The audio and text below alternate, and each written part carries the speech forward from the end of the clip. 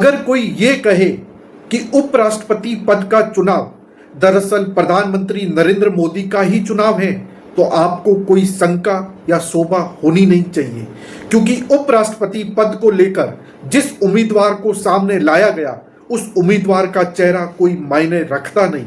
मायने ये रखता है कि दरअसल इस वक्त क्या प्रधानमंत्री नरेंद्र मोदी के साथ पूरा एनडीए एकजुट है, और उससे भी बड़ा सवाल ये है क्या बीजेपी एकजुट है, और उससे आगे का सवाल ये है कि बीजेपी के भीतर जो स्वयंसेवक सांसद यानी संघ से निकले हुए सांसदों की कतार कोई छोटी नहीं, वो सांसद क्या सभी प्रधानमंत्री मोदी के पीछे खड़े हैं।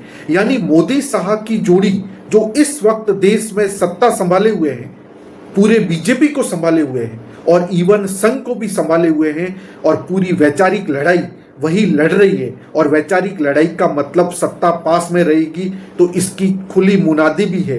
तो क्या वाकई उपराष्ट्रपति पद का चुनाव बीजेपी की एकजुटता का सवाल है? संघ इस वक्त कोई बड़ा निर्णय ले नहीं लेगा। ये सारे सवाल आज इसलिए जरूरी है क्योंकि अगर उपराष्ट्रपति पद का चुनाव पलट गया, यानी बहुमत होने के बावजूद भी एनडीए के उम्मीदवार जो उपराष्ट्रपति पद के नाम के साथ राधाकृष्ण जी को, जो कि तमिलनाडु के कोयम्बटूर से आते हैं, वह चुनाव हार गए और इंडिया गठबंधन के बीच सुदर्शन रेड्डी चुनाव जीत गए, तो ये कुर्सी प्रधानमंत्री मोदी की हिल जाएगी। ये तय है, ना सिर्फ हिलेगी, ये भी है कि 9 तारीख को यानी 9 सितंबर को वोटिंग और रिजल्ट उपराष्ट्रपति पद का आएगा, तो 17 तारीख को प्रधानमंत्री मोदी 75 वर्ष के हो जाएंगे। और सब कुछ जुड़ा हुआ या उससे हटकर हमें लगता है कि आपको 23 वर्ष पहले चले चलना होगा। ये 23 वर्ष पहले मतलब 2002 जब गुजरात में दंगे हुए, उस वक्त प्रधानमंत्री, भारत के प्रधानमंत्री अटल बिहारी वाजपेयी थे। इस देश के कई राज्यों में कई मौकों पर दंगे हुए, कई मुख्यमंत्री कटघरे में खड़े हुए। उस वक्त गुजरात के मुख्यमंत्री मौजूदा प्रधानमंत्री नरेंद्र मोदी थे।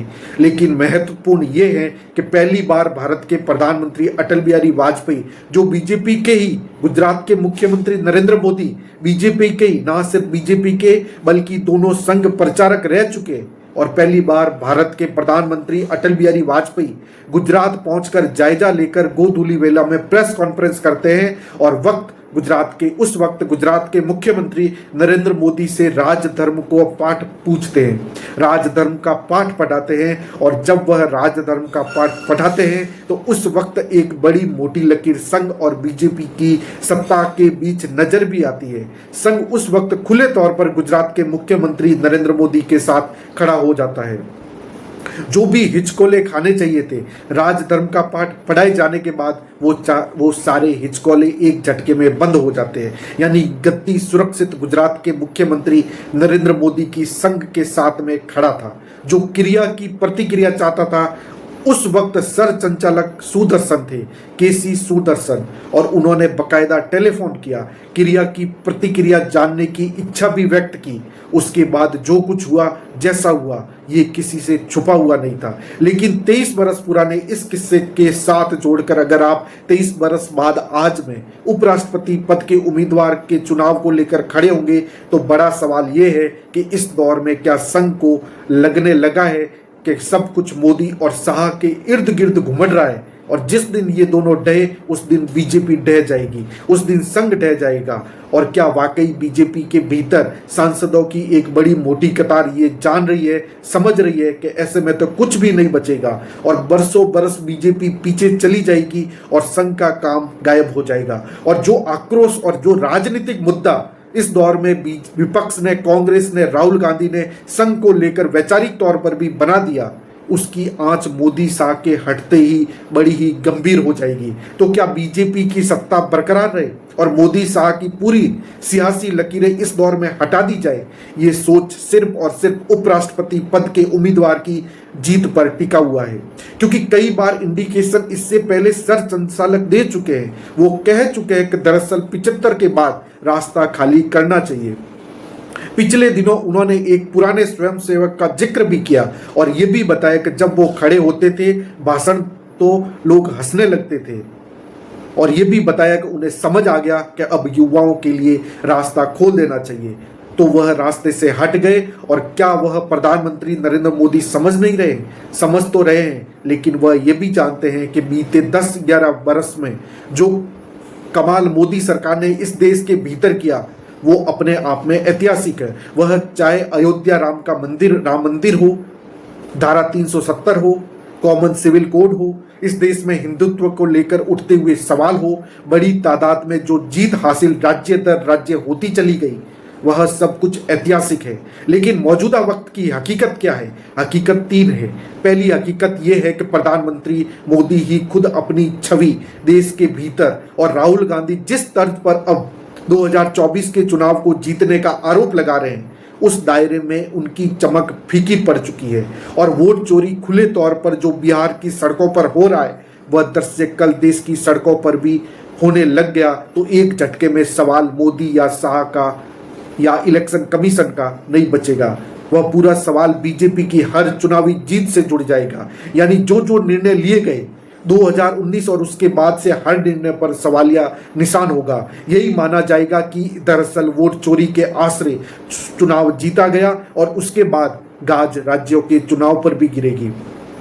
हर कोई जानता है कि आधे दर्जन से ज्यादा राज्यों में विधायकों की खरीद फरोख्त के साथ कैसे किस रूप में मौजूदगी में बीजेपी की सत्ता कर रही है। और वो कर्नाटक हो सकता है, वो महाराष्ट्र हो सकता है, वो मध्य प्रदेश हो सकता है, उत्तराखंड हो सकता है, गोवा हो सकता है और कई राज्य और हो सकते हैं। पहला सवाल यही है कि वह छवि गायब हो रही है। दूसरा सवाल इस दौर में अंतर्राष्ट्रीय तौर पर है। अंतर्राष्ट्रीय तौर पर भारत के लिहाज से 180 डिग्री में बिल्कुल आमने सामने आकर खड़ा हो गया है और 360 डिग्री में उसकी अपनी फॉरेन पॉलिसी गोल घूम रही है। ये किसी को समझ नहीं आया कि जिस रास्ते भारत बार बार अपने राष्ट्रीय हित का जिक्र कर रहा है, वो राष्ट्रीय हित जब अमेरिका के साथ संबंध बेहतर थे तब जिक्र क्यों नहीं होता था।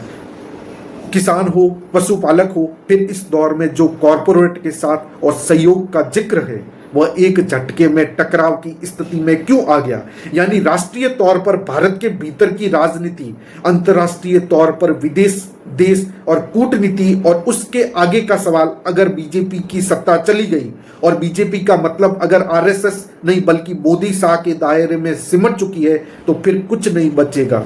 तो क्या गद्दी ना छोड़ने की परिस्थितियों के बीच उपराष्ट्रपति पद का चुनाव इसलिए महत्वपूर्ण है कि अगर पलट गया तो क्या होगा?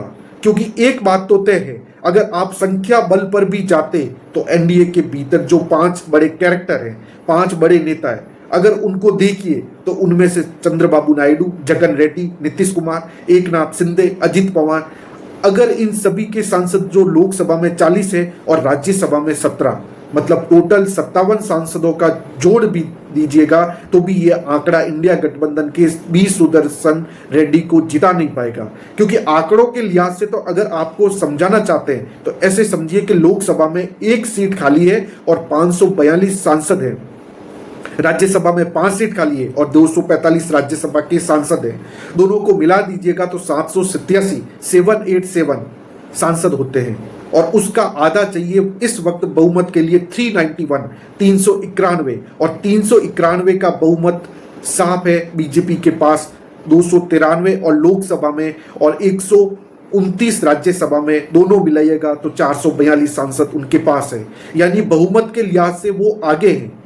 अब अगला सवाल क्या है? इंडिया गठबंधन के पास तो 312 है, उसमें भी बाकी अगर जुड़ जाए तो बात बनेगी नहीं। अगर ये सारे टूट गए तो कुछ बात बनती नजर आएगी, लेकिन मुश्किल इस वक्त एनडीए का नहीं, बीजेपी का कई ज्यादा बड़ा है। बीजेपी के भीतर की परिस्थितियां जिन तरीके से टेलीफोन कॉल जाते हैं और उनसे पूछा जाता है कि आरएसएस क्या सोच रहा है, तो आप अपने आप में टच होंगे और आपकी जानकारी तो होगी जिनके जहन में क्या चल रहा है। और कल प्रधानमंत्री मोदी की रैली अहमदाबाद में एक झटके में 2 दिनों की यात्रा गुजरात की तय करेगी। गुजरात की यात्रा इसलिए महत्वपूर्ण है क्योंकि गुजरात में तो बरसों बरस बीजेपी की सत्ता है और इस दौर में बीजेपी या कहे मोदी शाह के खिलाफ या चुनाव आयोग को लेते हुए मोदी के हर चुनाव को चुनौती देने के लिए बिहार की सड़कों पर शोर मचा हुआ है। और इस देश के भीतर के मुद्दे और बाहर के मुद्दे, दोनों मुद्दों के बीच अहमदाबाद की रैली हो सकता है कि हर किसी को समझ में ना आ रही हो, तो इसके लिए 2 परिस्थिति को परखना होगा। लाल किले की प्रचार से इससे पहले कभी किसी ने, यहां तक कि अटल बिहारी वाजपेयी ने, जो खुद प्रचारक भी रहे, प्रधानमंत्री भी रहे, लाल किले की प्रचार से भाषण उन्होंने भी दिए, लेकिन कभी आरएसएस का नाम नहीं लिया। लेकिन प्रधानमंत्री नरेंद्र मोदी ने इससे पहले नहीं लिया, इस बार खुलकर लिया और आरएसएस को सहलाना, पुचकारना, आरएसएस के साथ है हम, हमारे भीतर आरएसएस है, ये पाठ एक झटके में सदा वत्सले का राग गाते हुए प्रधानमंत्री मोदी हो या गृह मंत्री अमित शाह, अलग अलग सेमिनार हो या रैलियां, इस बात का जिक्र क्यों करने लगे। और संघ के करीबी 2024 के चुनाव में तो बीजेपी के अध्यक्ष जेपी नड्डा ने खुल्लम खुल्ला कहा था कि बीजेपी अब बहुत बड़ी हो चुकी है, अब उसे संघ की जरूरत नहीं है। तो उसके बाद जो संघ और बीजेपी के नेताओं के बीच तलवारें खींची वो आज तक थमी नहीं। लेकिन सवाल सिर्फ एक बीजेपी के अध्यक्ष के कहने पर का नहीं रहा, सवाल ये है कि जेपी नड्डा की जगह कोई दूसरा अध्यक्ष इस दौर में बन नहीं पाया। संगठन आरएसएस चलाना चाहता था और चाहता रहा है, लेकिन संगठन आज भी मोदी शाह के हाथ में है, जेपी नड्डा के हाथ में कमान है, यानी यह कड़ी अपने तौर पर सब कुछ चला रही है और ऐसे में चंद लोग सत्ता के साथ खड़े हैं, तो क्या वो फिसल सकते हैं?